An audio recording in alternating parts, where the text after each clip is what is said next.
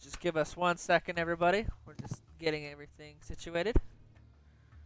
We are officially live, though. Alright, hello, hello, hello.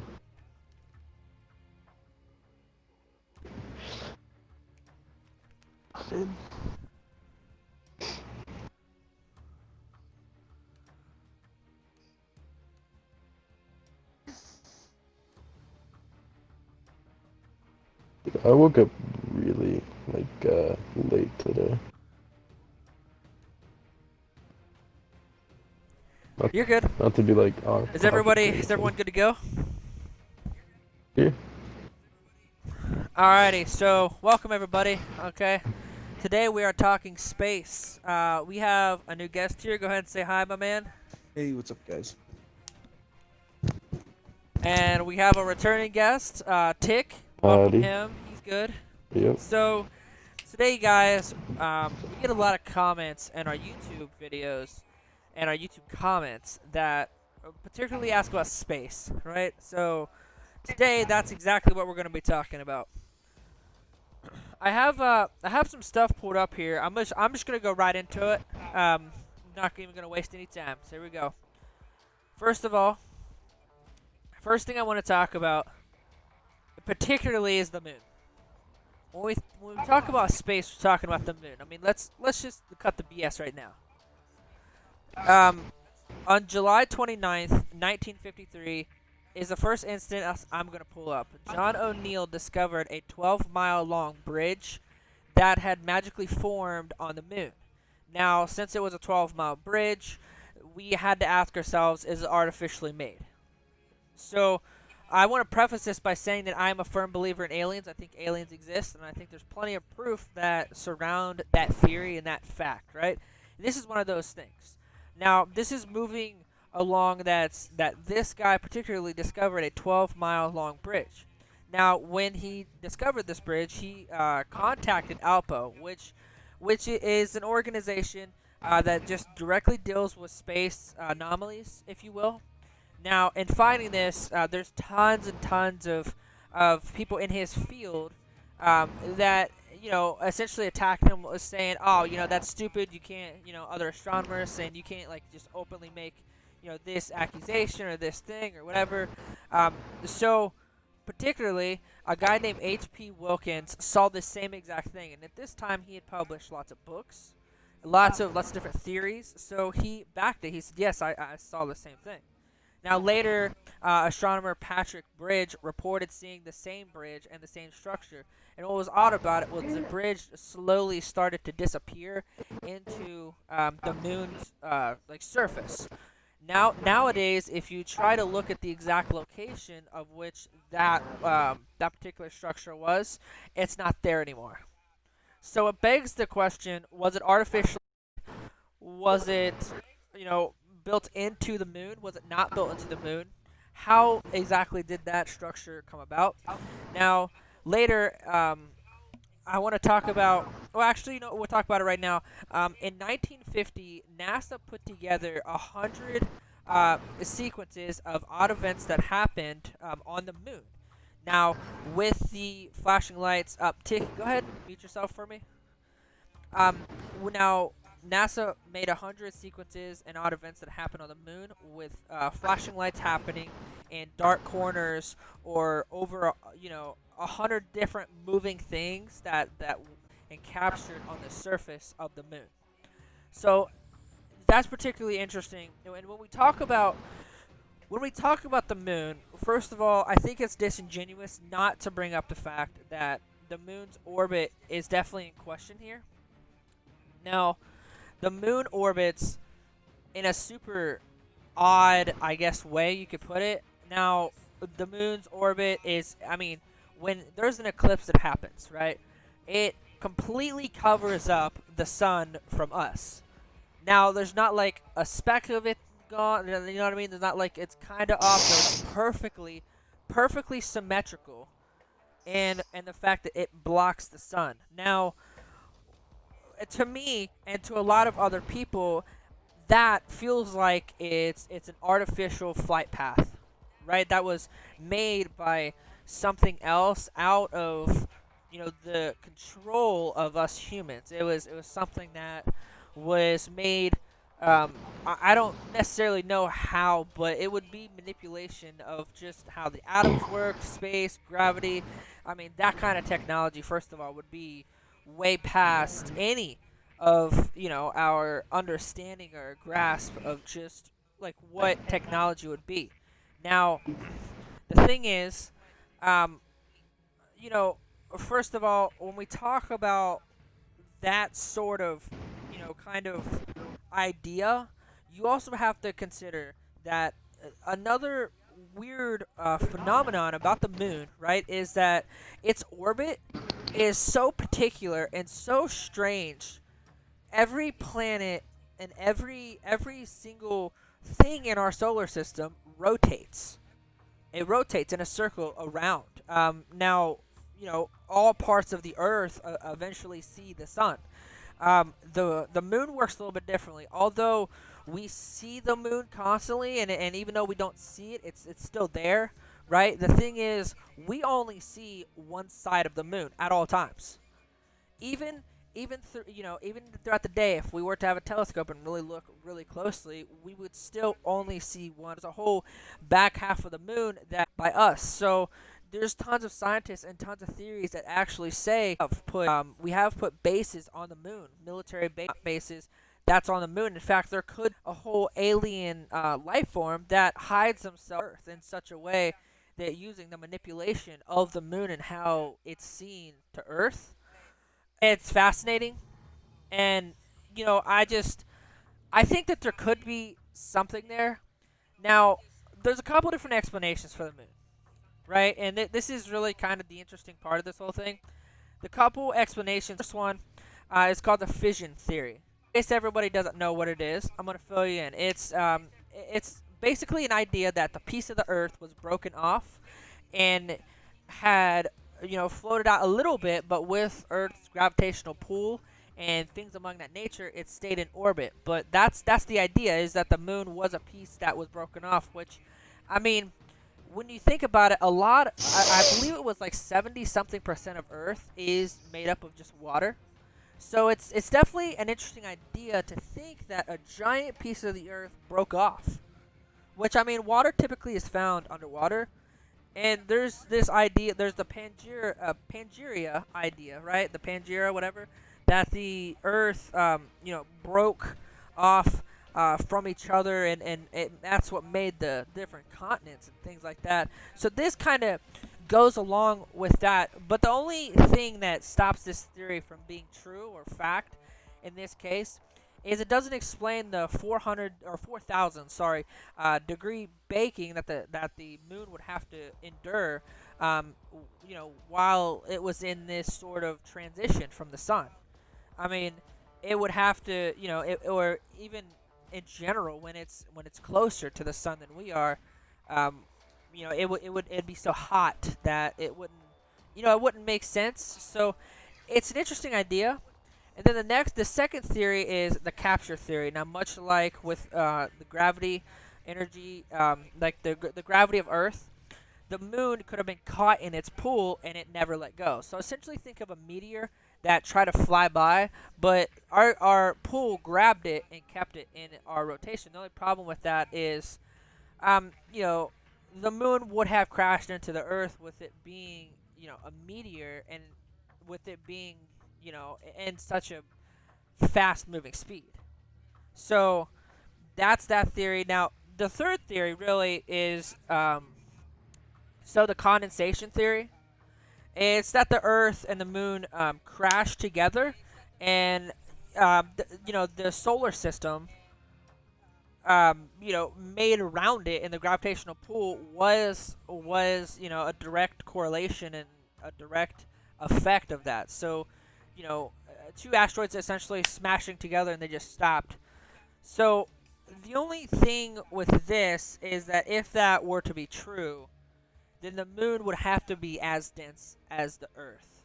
For the only way that's to be true, I mean, if the moon was hollow or less dense, then I mean it would just crush the moon, because the Earth, is astronomically bigger than any size of the moon. I mean, any moon that we know of. So that theory kind of goes out the window as well.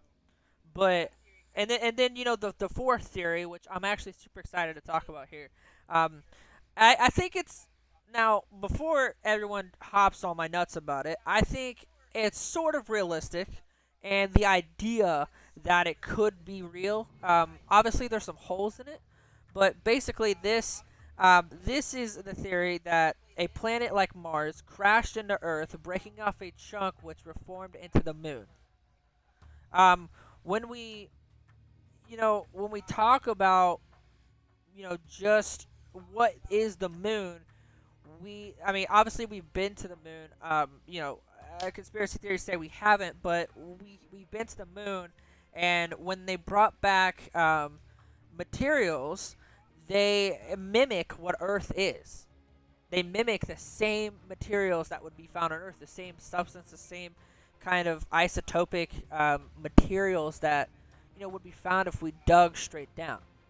So it's not crazy to think that the moon was something that broke off of the Earth, or at least crashed into the Earth. Now, the alien part of this theory goes back to what we originally talked about when I first started this podcast. Right? Was the moon is an alien spaceship. Now, obviously, it does sound a little crazy, but I think there's some merit to this. Right? Now, the Earth as a whole, we can see the moon, and it is huge in terms of like what we know inside. Like if the moon was right in front of us, it would be gigantic, right? Buildings are gigantic to us, so this moon would be enormous. So looking at it in the sky, we can see that this structure is huge. It made sense that that's an alien spaceship, and especially with all the craters that are formed. They said that from meteors hitting them, that's how all of it is formed. There's tons of scientists that have speculated and definitely hypothesized that these holes are just too shallow. In fact, if a meteor were be a decent size, it would actually rip a hole straight through the moon.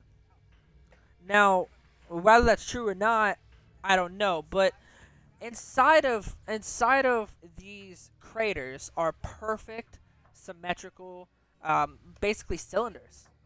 I mean, perfectly round. And I provided some pictures that you guys can look at.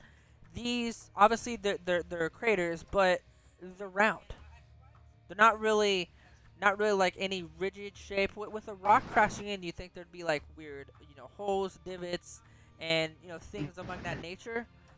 In this case, there's really not, and that's kind of the idea here that we're talking about. Now, Right.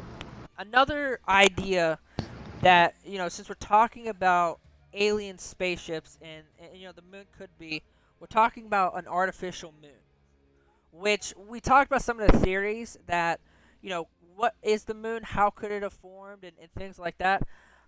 I mean, it would make sense that it's an alien spaceship because it's artificial and there's no explanation on how it's there.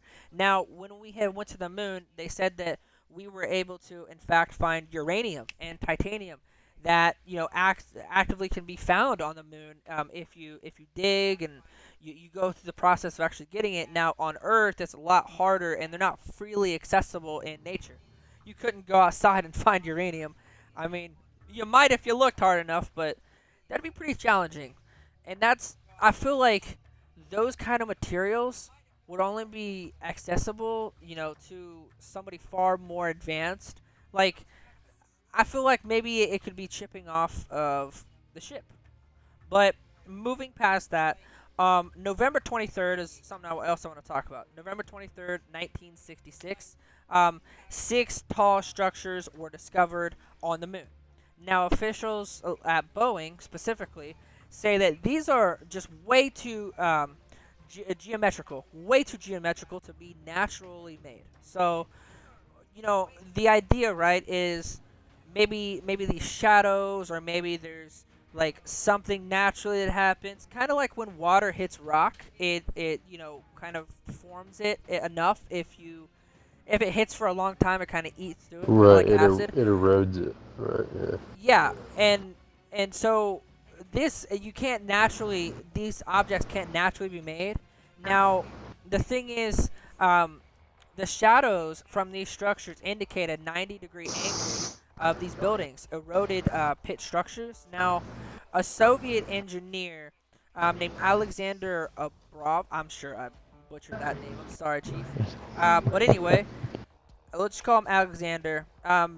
So he did more research and he looked into it, and he's been doing it for about 35 years at the time.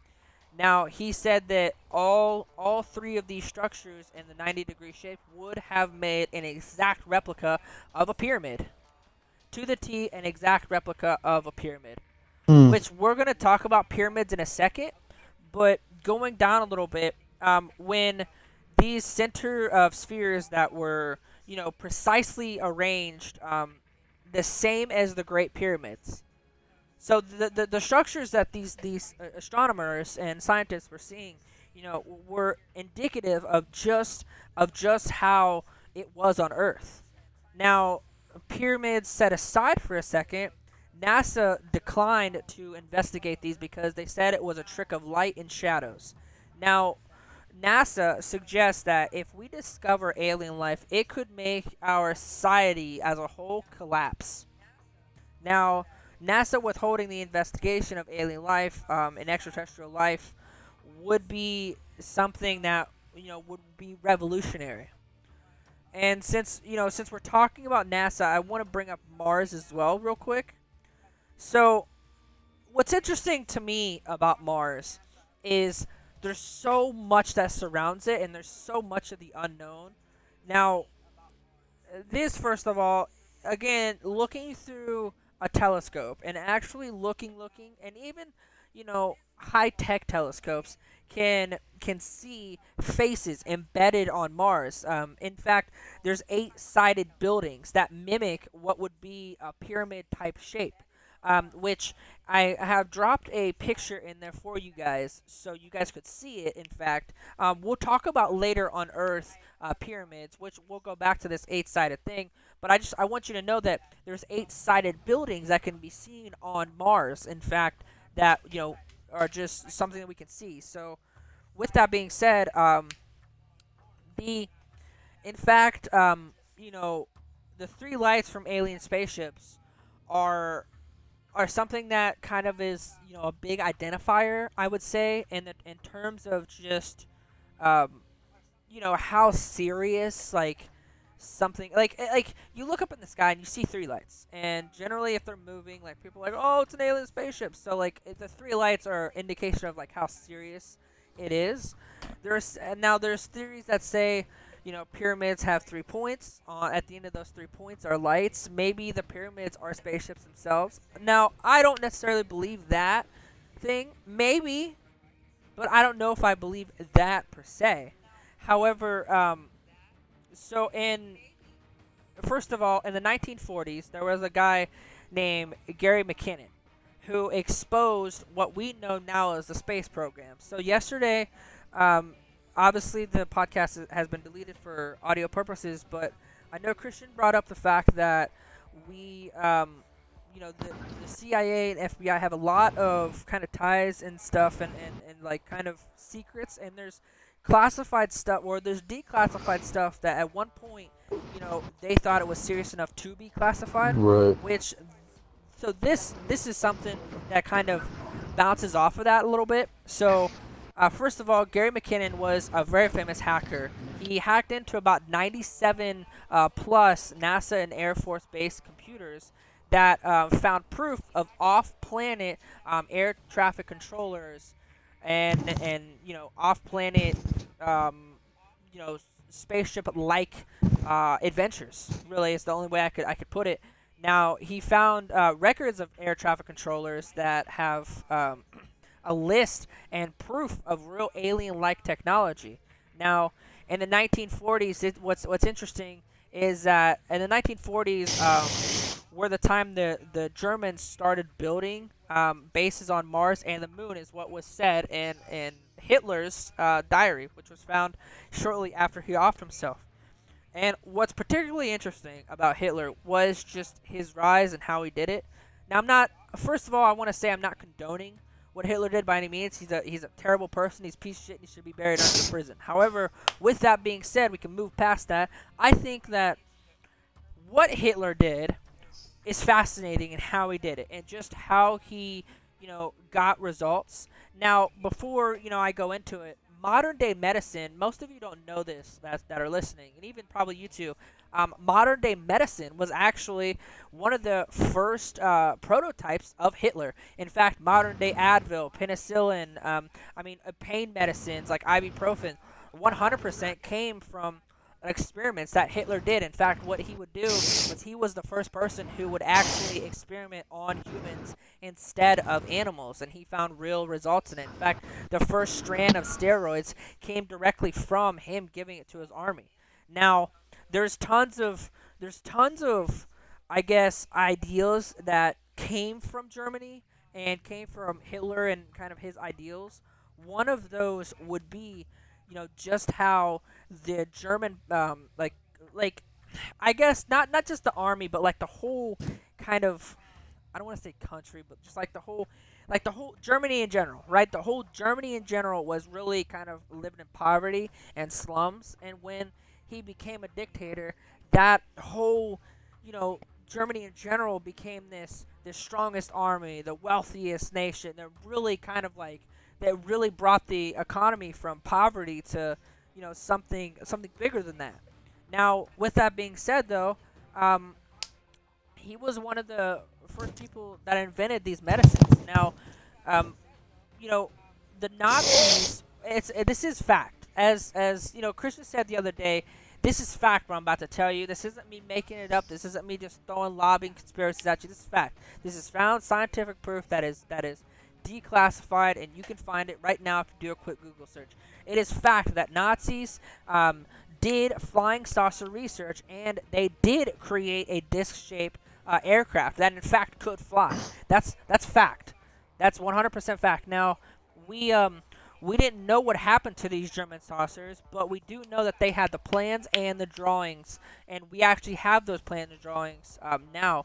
We can't understand 0 point gravity, which we'll get to that in a second as well. But there's real proof that says that somebody, somebody who said alien life forms that existed, in fact, might have made a deal with Hitler. I know it sounds weird. I know it sounds kind of odd and out there, but I mean, think about it. If Hitler's rise to fame, his rise from poverty, which drove all of Germany to almost take over the world. I mean, this guy had the influence and the power to rewrite history if he was careful.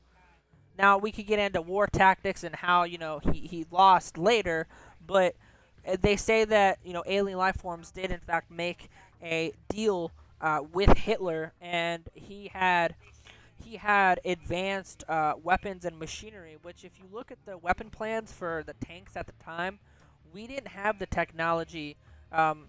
So I don't know what the actual missile is called because I didn't do that much research into it. But Hitler had the German army, not Hitler. German army had invented a missile that can go into tanks and explode them from the inside outwards. Something that we still use to this day, in fact. So that is something that's super interesting. Like the kind of advanced technology that he was able to get from just what was said to be aliens is kind of interesting, and it would even go as far as medicine. Maybe modern day medicines came directly from aliens. Who knows? Now, moving on a little bit here, Truman, president at the time, Truman as a president signed a deal that was to bring 1,000 German scientists over here from Germany to continue this sort of rocket research. Now, why he would? Because at the time, think about it, we were under a war. I mean, we were under attacks from. I mean, we were in World War. Like, there's no reason to sign that, and he did. So there must have been really an alternative motive, that did that. So that's interesting to think about. Now, in fact, the 1959 aircraft personnel, in fact, were not. I didn't know this until today, by the way. In 1959, there was a law passed, and I looked it up. 100% it's true. In fact, 1959 was the year that aircraft officials were actually not allowed to talk to media outlets anymore. It was against the law. I talked yesterday very briefly about Buzz Aldrin, and I actually wanted to bring up that point real quick. So, um, I love Alex Jones. Everyone who knows me knows I'm a big Alex Jones fan. I think that conspiracy theorist guy is just incredible. I think he's unmasked a lot of people and he said a lot of truth. However, with that being said, Buzz Aldrin was a astronaut who went to space and came back and started revealing things to media like Alex Jones that were said to be secrets. And in fact, I'm going to tell you right now that he revealed to Alex Jones that there was an alien obelisk on Mars. That in fact we have been to Mars and the moon, and there was alien life forms there that we have came in contact with. Now, after he had said this, 2 hours later, 2 hours, we're talking 120 minutes, his heart exploded in his chest. Not like heart attack, not like a stroke, exploded. Like literally gone, like his insides were mush. Now, I mean, I don't know. I can't sit here and tell you that he was murdered, but I can tell you that it's really fishy that at the moment he was gonna release real evidence about NASA programs, he dies, and in such a bizarre way. I mean, he had been back from the moon for quite some time now, and years, 10, 20 years, and he magically just dies in 2 hours after releasing information. I think there's too much there not to kind of examine that. Now, I looked something else up, which is kind of interesting.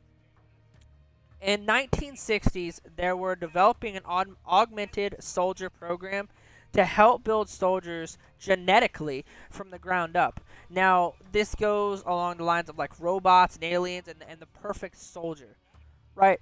So, this project, I looked it up, was called Moon Shadows. In fact, most scientists believe that this project was in fact a real thing that was pushed under the rug and wasn't funded to the right measures.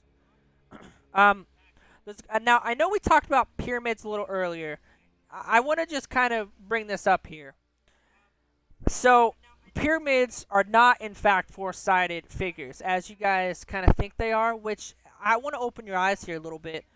They're and like it makes you see just how much the world sees and you see what reality is. They're actually eight-sided figures. Right now, there's little divots but in between each sides that make up that eight-sided thing. Now, what's so interesting about that is that's just a minor detail that's kind of overlooked. And if that minor detail is overlooked, then there's got to be other minor details that are overlooked, and and now it's a big huge kind of thing. So that's definitely a little weird and a little interesting. Um, Pyramids. Now, the On the thing with pyramids, on the the pu- pyra- the on thing the with on the pyramid thing, I just want to jump in. Sorry. On the pyramid yeah, go thing, ahead. what's interesting too is just to for any of you listening that have any doubts that think they were built by Egyptians, there's just so many things that there was just no way. So I was looking through some stuff and just this fact number one is that the largest pyramid, the Great Pyramid, um, is pointing just you have to consider the time that they claim that they were built in by Egyptians and how it would be impossible. So a compass wasn't invented till like even the idea of a compass wasn't invented till about 6,000 years after they claim the Egyptians made the pyramids, but somehow the Great Pyramid points exactly like when I say exactly, a minute is 1/60th of 1 degree. It's not even one minute of a degree off from In the pointing north. at the exact magnetic North Pole. And they didn't have compasses till compasses. Like the idea of a compass didn't even start till about 6,000 years later. So how a person, a human, would have known that and the likelihood of that happening on accident are next to none. On top of that, if you take and it gets a little more complicated. But if you take the perimeter of a pyramid, no matter which one you pick, of any of the pyramids, the Great Pyramids, if you take the perimeter of the pyramid and divide it by 2 times the height, you get a number that is the exact equivalent to, you've all heard of the number pi, 3.14, in it goes on, it's a never-ending number. Correct. Yeah. It's the exact equivalent of the number of pi carried out 15 decimals. The interesting thing about that is that the chance of that happening by accident is so small, it's impossible. And it wasn't discovered until the 6th century, again, thousands of years after people claim the pyramids were built by the Egyptians. Pi, like the number, wasn't even calculated accurately to the fourth digit.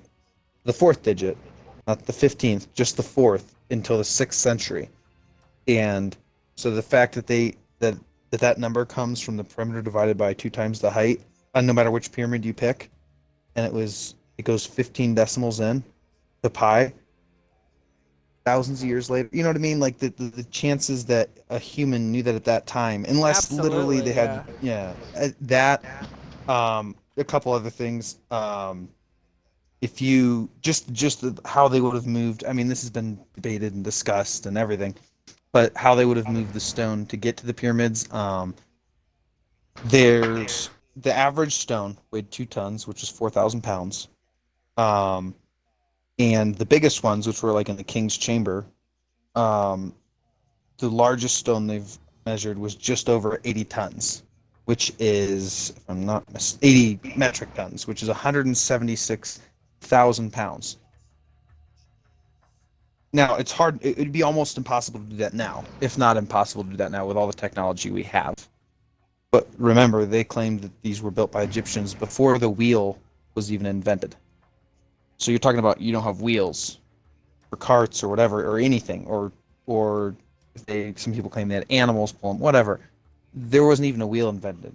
So the likelihood that they drug a stone that weighed 176,000 pounds with no wheels, there was actually a group of scientists that tried to prove that it could have been built by humans, right? And modern scientists, like recently, and they've spent 100 days working on it with all the modern technology that we have now, and they succeeded, but they only built a pyramid that's 1/40th of the size of a real pyramid. And that's with all modern technology, cranes, all the machinery we have now. 1/40th of the size. They barely got done in 100 days.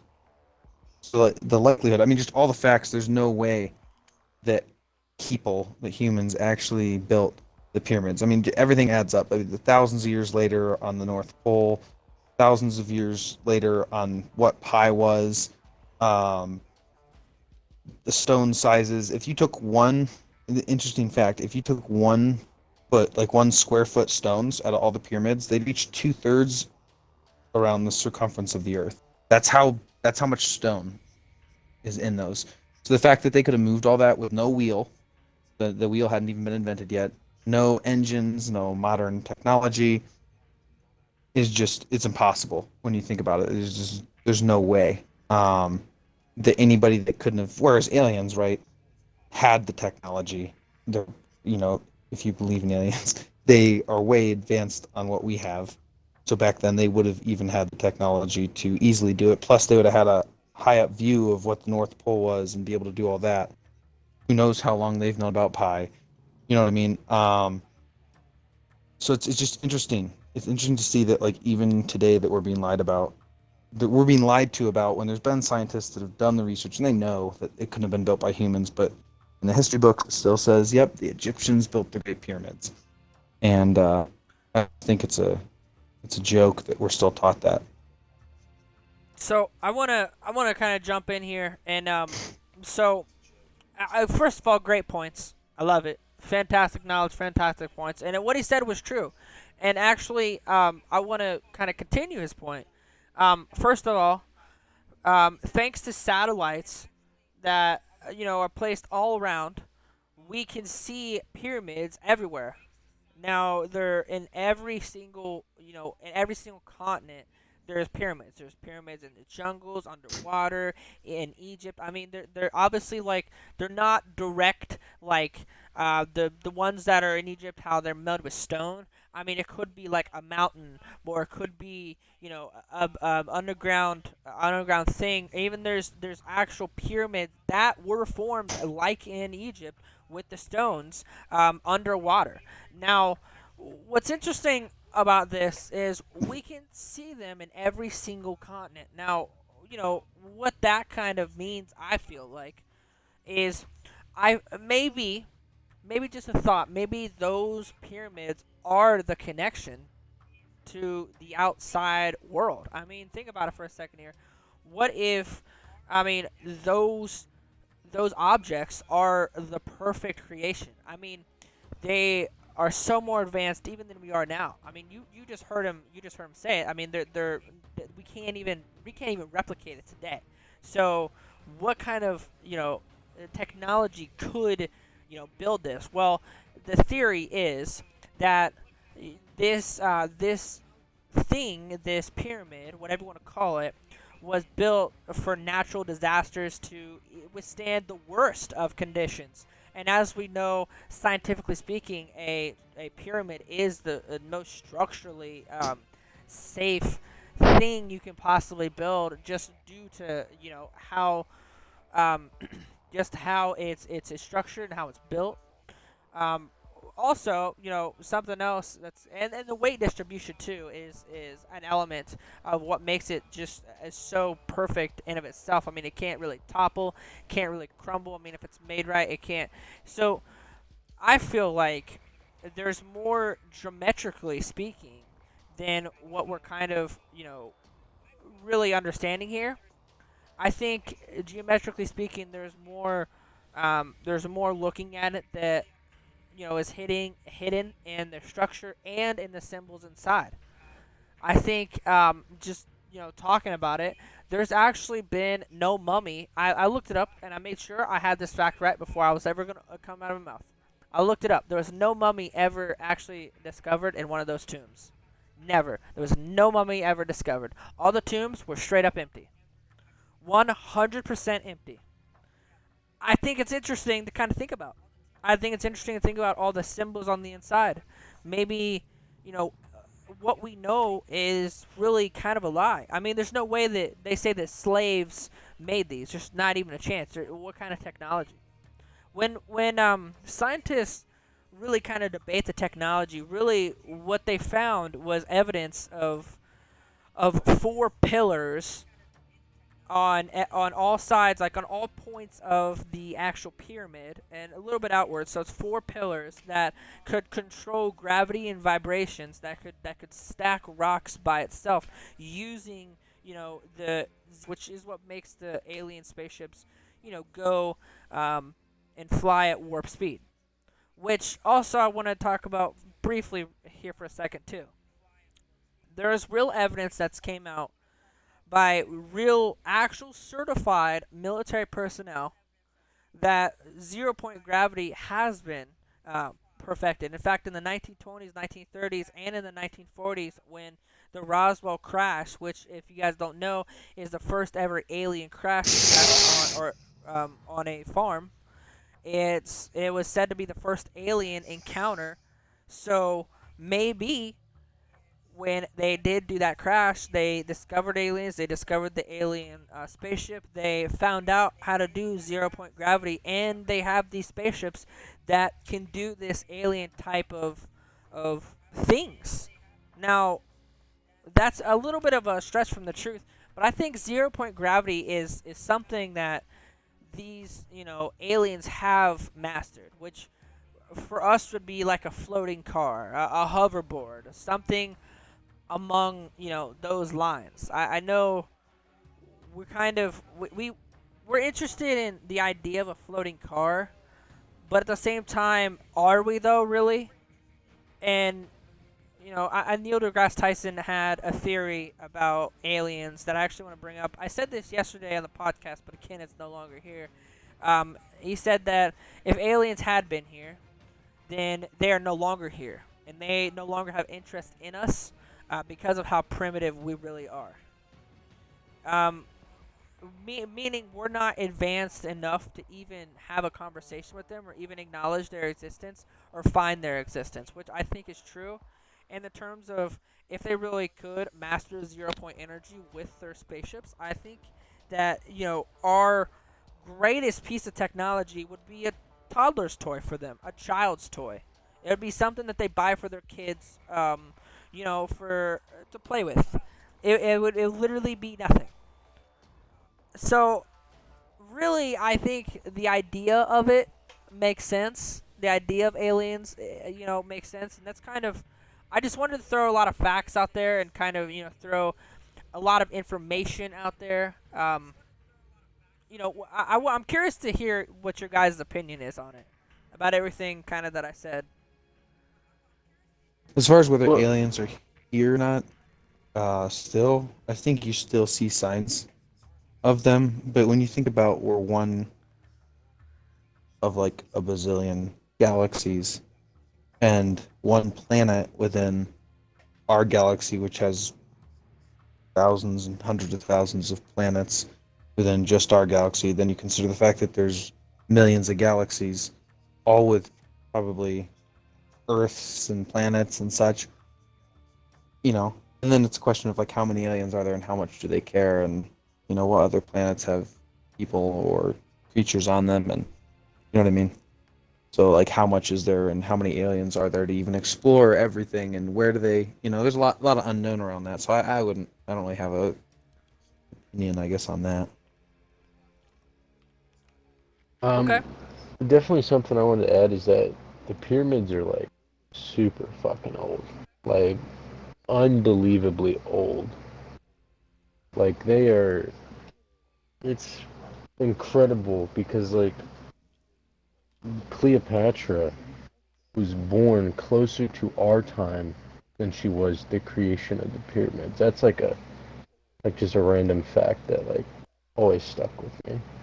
The pyramids are definitely something that I always found interesting. So, It's and just there's such a like it's a joke that they still lie to us about it, because like it's been right, there's so and many then things like technology they didn't have, the fact that we now know what they didn't know then, which is that the sun is exactly 481 billion feet from the Earth, and that a pyramid um, is 481 feet tall, which is exactly one trillionth of the, or sorry, one billionth of the space that it would take to get to the sun. It's stuff that like they couldn't have calculated at the time. right, absolutely. And then there's pyramids not just in Egypt but all over the world, like South America and stuff like that. And that's just I don't know. It's just too advanced to be like a coincidence. Definitely. I don't know. It takes a lot of accidentals and a lot of things that are nearly impossible to work out, and that's just to me that's not how things work. So Yeah. You haven't really talked that much. What was something you wanted to talk about today, Tick? um pretty much just like how the government has been covering it, like a lot of stuff up. Um, on the topic of pyramids and stuff like that, if they even knew like what really happened, they wouldn't tell us. So, um, and with the moon landings, they're very disingenuous about it in its entirety. I mean, it's clear like the moon landings happen because to fake them would be like more expensive and things like that. So I do think that that happened. But I think that if it even if it didn't happen, they wouldn't tell us and they would never admit to it. And they'll lie to you about things that aren't big or important, and it definitely there needs to be more trust within the government, and there probably never will be. because the trust has been broken for so long, and I don't think it'll ever return. Definitely not. So, real quick, I want to ask you both I want to kind of recap some of the stuff I talked about. Let's go back to the beginning when I talked about the bridge that, mysteriously was there, and then it was said that it morphed into the moon. What do you guys feel about that? I haven't. I'd to be straight up with you. I haven't looked into that myself. The interesting thing, though, just kind of a little bit off topic, but is on what Tick said, is that it's interesting that, like, he was talking about how we can't trust the government and such, and that I mean, like, it's like everybody says, like, if you tell a lie, what was it, Teddy Roosevelt that said, if you tell a lie long enough and loud enough, people eventually believe it, regardless of how preposterous the lie is, right? Like, so the fact that, I don't know, but I do think more people are waking up than ever to there's more and more people their eyes are being opened about the truth and what's true and what's not, and I think we're on the verge of something pretty good, pretty big. Although they're always trying to silence it, right? Even corporations are in bed with big government, right? Like, you have the fact that who is the conspiracy theorist you mentioned at the beginning? Alex Alex Jones. Jones. Alex I love Jones. Alex Jones. I do too. The fact that he's been banned on every social media out there. He's been banned on Facebook, on Twitter. He's banned on YouTube. He's banned on Twitch. He's banned on every major way to get the word out about anything, whether it's video gaming or whether it's cooking or whatever it is, like, or whether you're just running a podcast. He's been banned on every single one. He got kicked off all the platforms, and it's just interesting. It's like there's almost this huge collusion to silence that kind of talk, which is sad because it's like, why, if it wasn't, it just confirms to me that more of it's true than I would have even thought before, because if it wasn't true, why would they take so much effort and time to silence him? You know? Definitely. And Definitely. so on the Alex Jones thing, what's interesting about Alex Jones is the guy, first of all, aside from outing a lot of the negative stuff that went on in the world, what's interesting about him is he stood on, patriotism, really. And that's something else I want to talk about in a second, but we stood on the side of patriotism, which I think personally, this is going to contradict what the podcast is about. But I'm going to just say, I think there is some things that the government shouldn't tell us. Now, I think I would think 95% of the things that they should, but there is about 5% that they shouldn't. Military operations, I feel like, should be that 5%. Yeah, that's fair. There's certain elements that I don't think we should ever know about for our own safety. But, like, why lie about the Great Yeah. Pyramids, you know? Yeah, like, that's definitely fair. yeah, Military exactly. operations, that's fair. Yeah.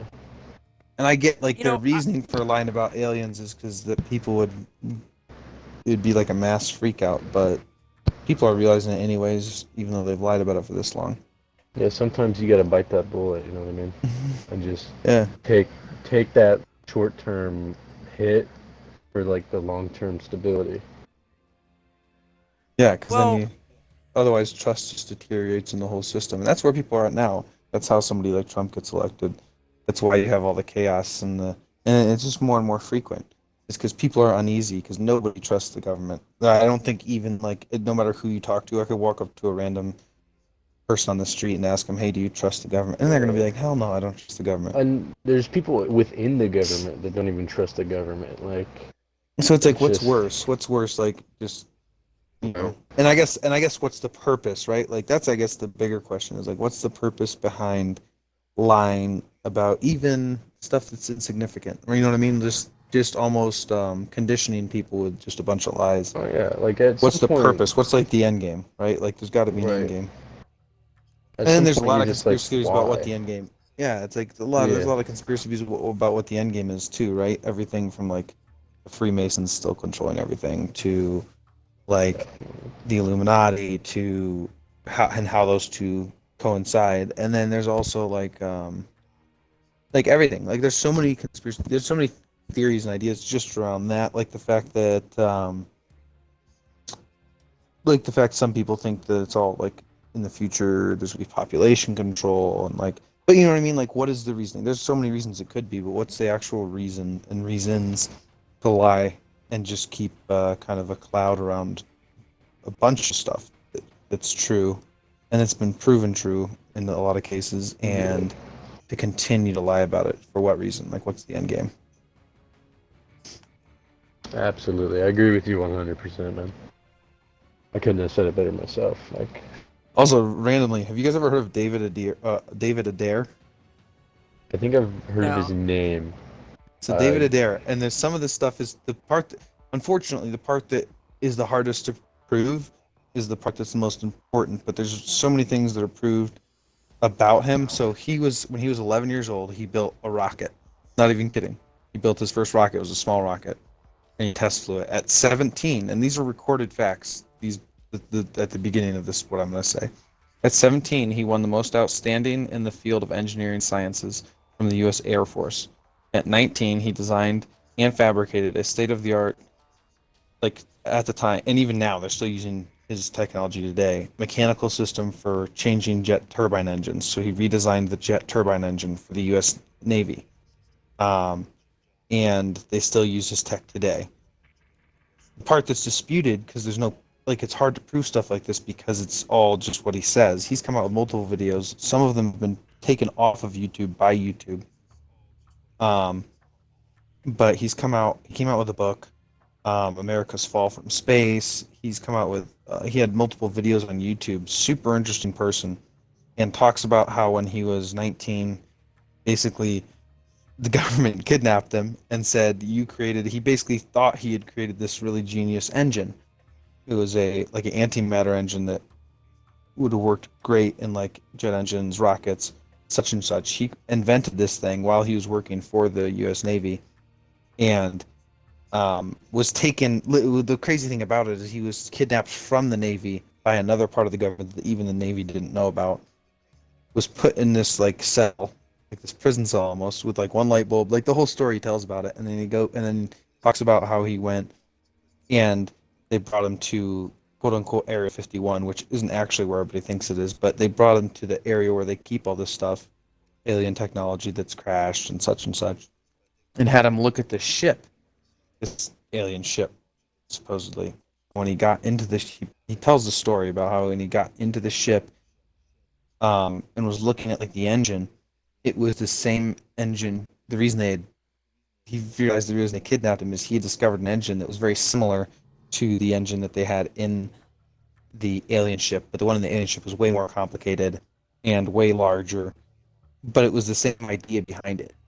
And so he figured that's why they, kidnapped him. So as he's walking around this ship, and this is crazy. It sounds crazy, but he said he went over to the controls of the ship, like he's in this alien ship, and he touched the controls, and he said in about 2 seconds, 1,000,000 images flashed through his head, and he couldn't let go of the handles, and then there was a voice that like spoke a language he didn't understand to him, and he said it felt like the ship was literally living like a wounded, because you could see where it had been shot down. Like he said, when he first walked up, you could see that it had been shot down by like a military rocket, but he said it was almost like a wounded living animal when he was in it, like it spoke and it like, but it would only reveal those things to somebody that, I guess not to anybody, because they had a bunch of people look at it before him. But then he said when all that happened, he told them, I'm out. Like, I don't want to be a part of this, because he found out that they were going to use, the reason they wanted it was to use it for the military, right? Like, typical government, right? Like, anytime you discover anything, let's see how we can figure out a way to kill more people with it and use it as a weapon of war. And he just wasn't about that. So he said no. And the story goes on to say that he was put back in the cell, and a couple days go by, and somehow, like one of the top generals in the U.S. Navy went in, like found out where they had taken him, came in, like cussed a bunch of dudes out, freed him from the cell, but then they like shut down like his ability to, like now they kind of portray him as this crazy scientist, like this guy's nuts, he lost it, like he's off his rocker. But the beginning, like my question is why, like at the beginning, like this guy was a child genius, built a rocket at 11, won like huge awards at 17, built new jet engines. That's all proven stuff that no one disputes about the guy. And then basically they try to discredit everything he said after that as like, well, where's the proof? And like you're crazy. And like, yeah, sure, maybe he went crazy, but there's the other part that's like maybe he really did all that, and I think he does. Like, if you read his book and if you watch some of these videos when before they're pulled off of YouTube, um, it's very convincing to me that he actually did, that he did have the brain for it, and he did like, if the whole beginning of his life was credible, why would the end not be credible? You know what I mean? Unless he just was off his rocker, but. It's definitely interesting to say the least. And even Stephen Hawking's commented on his like David Adair came up with a bunch of mathematical formulas. And Stephen Hawking, who everybody knows who Stephen Hawking is, met David and said that some of his formulas were genius, and that it's interesting. He called him his brother because he said when we dream, we think on the same wavelength, and like we come up with some crazy like some stuff that's just groundbreaking. Um, but it's sad that like they've discredited everything in like the second half of his life, even though the first full like he built hundreds of rockets by the time he was 20. And the fact that like he was like a child prodigy, and then now he's a PhD. He has his PhD in like rocket science, and now everybody tries to portray him as this like nut job. But interesting, if you guys that are listening and my fellow podcasters here have never looked into him, one of the most interesting stories on like alien technology and somebody that understands it better than anybody that I've ever read or watched was David Adair. And definitely something you guys should check out in your spare time. Yeah, I'm definitely gonna be checking that out after. That guy sounds really cool, and I've actually never heard about that. So Yeah, thank you for mentioning that, man. absolutely. So, I want to kind of reel it back in here. Sorry, yeah, no, I'm going off on all these crazy You're tangents. good. No, you're good. No, you're good. You're good. I love it. I love it. So I want to kind of reel it back in here. First of all, to the theories that we talked about. The 5 theories about the moon. I want to get your guys' take on, what you feel like would be the most accurate. I'll go over them again here in a second, but I want to hear your guys' theory, if one of these makes sense, or, what's your own theory on the matter. Give me that much. So here's the first one I went over. First of all, it's the fission theory. It's which a piece of Earth broke off, and now that is the moon. The second one is the capture theory, which much like the gravity, the Earth would have caught the moon. It basically saying that the moon was a meteor, I guess. The Earth caught it in its pull, which is why it's there. The condensation theory, which is that the Earth and the moon crash together, and that's kind of how they are. Like both of them just collided and just stopped in mid space, and kind of now they're just kind of orbiting each other. I think What's up? I said I go with that one, the one that they collided, just because if you believe that the Earth is millions of years old, like we're taught, then it'd be impossible for the moon and the Earth, because the moon gets closer every year to the Earth. Most people don't know that. It gets a couple inches closer every year. And it affects, obviously, like the tides in the ocean and such. But if the Earth were as old as we say it is, the moon and the Earth would have already crashed together, like a few million years ago. If the Earth is really as old as scientists say the Earth is, if the universe is as old as they say it is, they would have had to crash long ago. So that's the one I go with, just based off the science of it. But go ahead. Sorry, go So ahead. Fifth one. no, you're good. You're good. You're good. The last one is um a planet like Mars and Earth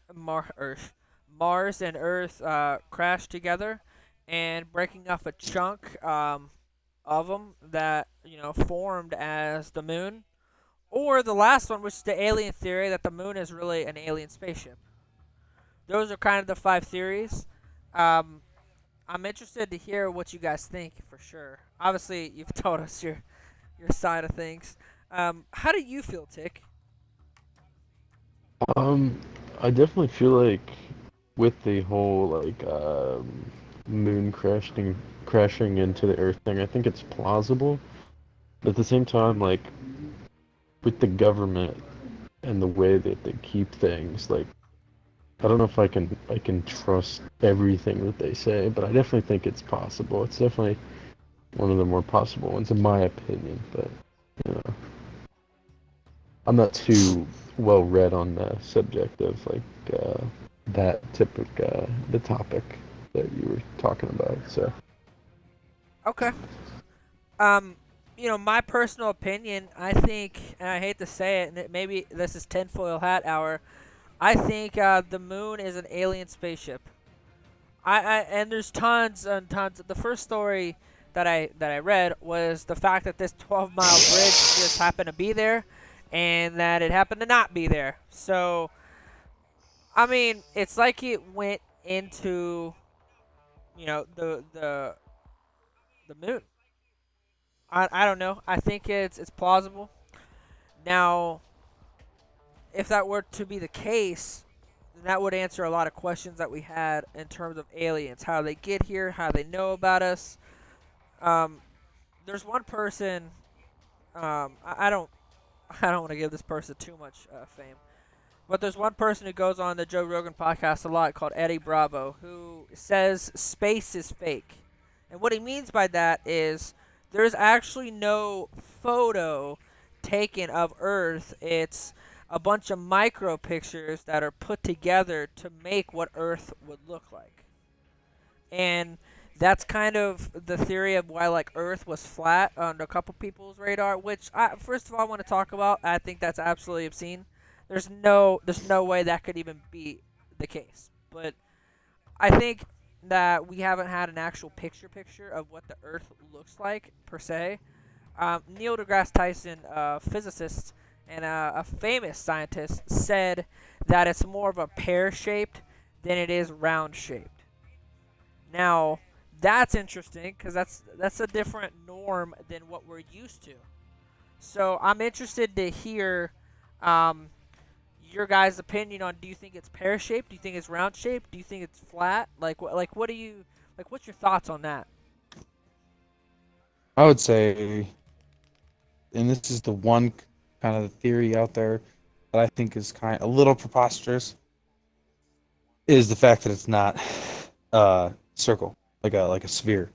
I think it's got to be a sphere, just scientifically, the way it interacts with everything else, the way our days work, the way years work, the way the sun rotates around it. I don't think it could be anything but a sphere. I definitely don't think it's flat. I think flat. I think flat Earth theory that's out there is kind of wild. Um, and I think it's easy to when you're realizing you've been lied to about hundreds of different things, if not thousands of different things. It's easy to question everything. But at the same time, there are things that are still pretty well proven. And I think it has to be a sphere. I just think that's the only way. I don't think days make sense otherwise. I don't think, you know, I think it too easily would be disproven as being a sphere. There's too many easy ways to disprove it, and nobody has successfully, in my opinion. So I would say it has to be a sphere.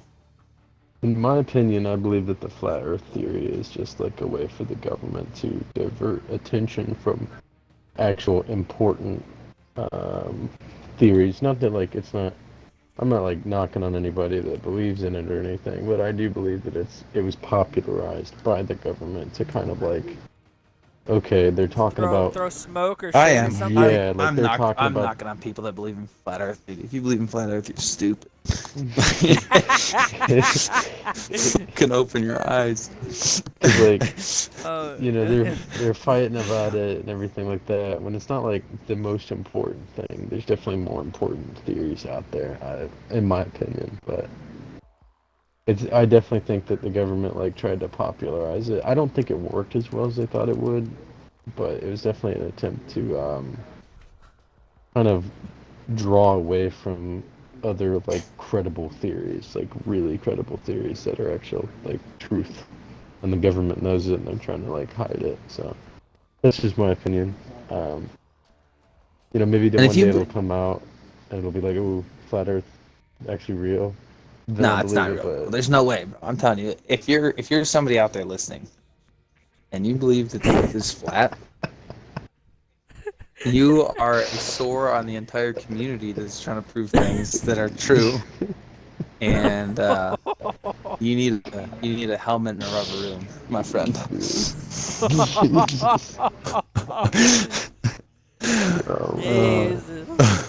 Oh my god. And if any of you have any That's problems, rough. or if you have anything you want to say, feel free to comment in the chat. Feel free to comment on the YouTube video. I'd be happy to take questions.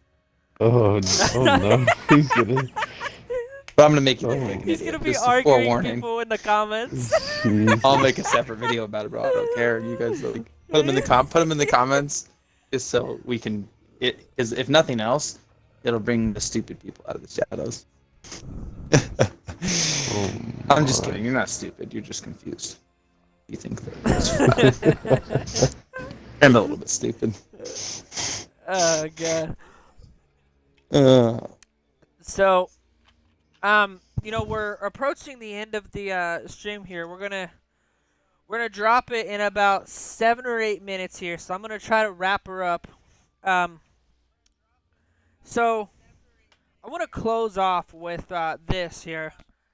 We talked a little bit about everything, really. So there's nothing much here to talk about. I want to bring it back to Gary McKinnon and the off-planet air traffic records that were found. Basically, when Gary McKinnon did his little hacking into computers, owned by NASA officials, he had found that there were already use of alien-like spaceships that were being used off-planet, excursions. Really, like, do you think that that's a thing, or do you think that's made up? That's all. That's all I want to know. you're talking to the viewers or to us? You guys. I think it could be real. I'd have to do more of my own research into it to know what I thought of it, right? Like, I'm not gonna just take someone's word for it, but I think it's what all you guys should do. Like, if there's just something out there you're curious about, whether it's pyramids or hackers or whatever, like, look into it yourself, come up with a conclusion, and make a decision based on that. I'd have to look into it a little bit more to give my opinion, but yeah. What about you, Vic? I definitely think people take things at like face value. They just read the headlines on the newspaper and they take that as like factual. I think that definitely a big encouragement should be people looking into the things that are being talked about more in depth and with definitely with like a lot of scrutiny. I definitely think a lot more scrutiny could do wonders in the world right now. So, I personally, my opinion on it, on the whole hacking thing, it definitely sounds weird, but I mean, reality is weird, so I think that it could be true, but I'll have to look into it more, but it just gives me those vibes that, like, if it is true, that's absolutely horrible, you know what I mean? Like, that's actually kind of disgusting that the government will do that, and I know that they have done that in the past with less alien-based things, but more like just kidnapping people and killing people and stuff like that is something that we know that they do. So Take a scale of 1 to 10. How bad do you hate it? probably like a a 7 to like a 9 in between there, probably like an 8.5, 8. How about you, Tuna? Probably about an 11. I like it. I like it. By the way, guys, anybody watching, listening on the YouTube, on Twitch, guys that are on Twitch, go check it out on the YouTube. Comment what you guys want to hear about, like on future episodes. We're super interested. I mean, we're gonna still bring up stuff we want to, but we want to answer questions you guys have, and so hit us in the comments with what you guys want to hear about on future episodes. Sure. On a side note, sorry. No, you're good. So on that note, I'm gonna go ahead and cut the conversation here. But for the next 4 minutes, I want to talk to you two directly, not as the conspiracy theorist part of me. So, these two are my two panelists. Now, obviously, there was said to be more. Some people don't make it. Some people do make it. However, I do know that I'm trying to make something special here. We've gotten close to 1.3 thousand subscribers on YouTube, and we're close to 24,000 views. And even on the last Twitch that we've had, which was Noxious Plague, my main account that started this whole thing. After every video was up on Twitch, people wouldn't go and like click on it per se. There'd be a couple people, but like the most I've ever gotten that watched a posted video was like 50. And on the last one that me and Trayson did alone, that was like 30 minutes, we got like 348 something.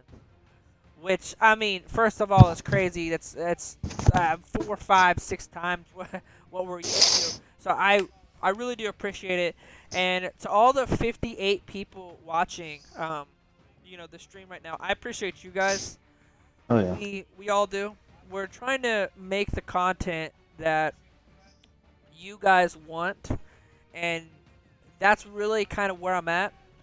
Don't be shocked if we turn off likes and comments on certain videos just for controversy reasons and advertised reasons. But other than that, we're trying to do something different here at 66 Seals. We're trying to bring content that isn't being talked about. Now, I'm not saying that people aren't talking about space. People are definitely talking about space and conspiracies. But we try to bring a different level here. You know what I mean? All three of us do different things for a living. All three of us have different opinions, and all three of us are different people. You know what I mean? So we have 3 differing opinions, and we kind of put it out there and kind of talk about it. I haven't really talked to these two that much behind the scenes yet, but if we do hit a certain number and a certain certain subscriber amount and certain views, I mean, we might put out 2 videos a week. I know we did that originally to begin with, and we fired out of the gate with tons of support. And we only had 5 videos, but we had over 1,000 subscribers. I appreciate that, and maybe that might be the case again. We just don't know. And However, listen, you guys want some. You guys want some work. You guys want us to go full time in this? Share it with your friends. Talk to people about it. Send them to our channels. You want us to go full time? We'll get there. And now we can't. We're not big enough. We'll get there. We again, like Tina said, we appreciate you guys. But share it with your friends. Link them to our links to our videos on YouTube. Link them our Twitch channel. We'd love. I guarantee you. Just talking because I know both these guys, especially Tuna. We'd love to go full time doing this, but it's gonna be a while. But at the same time, you can go quicker. You guys can get more videos. You can delve deeper, study more. The more views we have, obviously, the more interaction. But we do appreciate you guys. Also, real quick, last thing, we're at the 74-minute mark, so I'm going to wrap it up here. But last thing, we are sponsored. I got an email today that we are sponsored. Tell you guys next stream on who it is.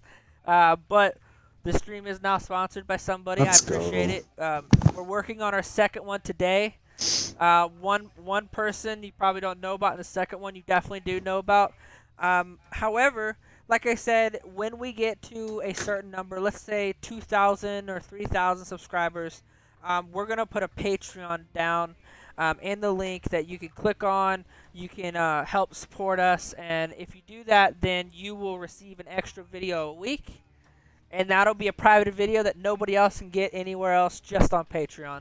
So, and that'll be something that we all kind of get real nitty gritty on, that we can't do on YouTube because of limitations and advertising things. So we might talk about more, really kind of disturbing stuff. So with that being said, guys, thanks for watching, and to all 58 of you, peace out, girl. Much love, boys.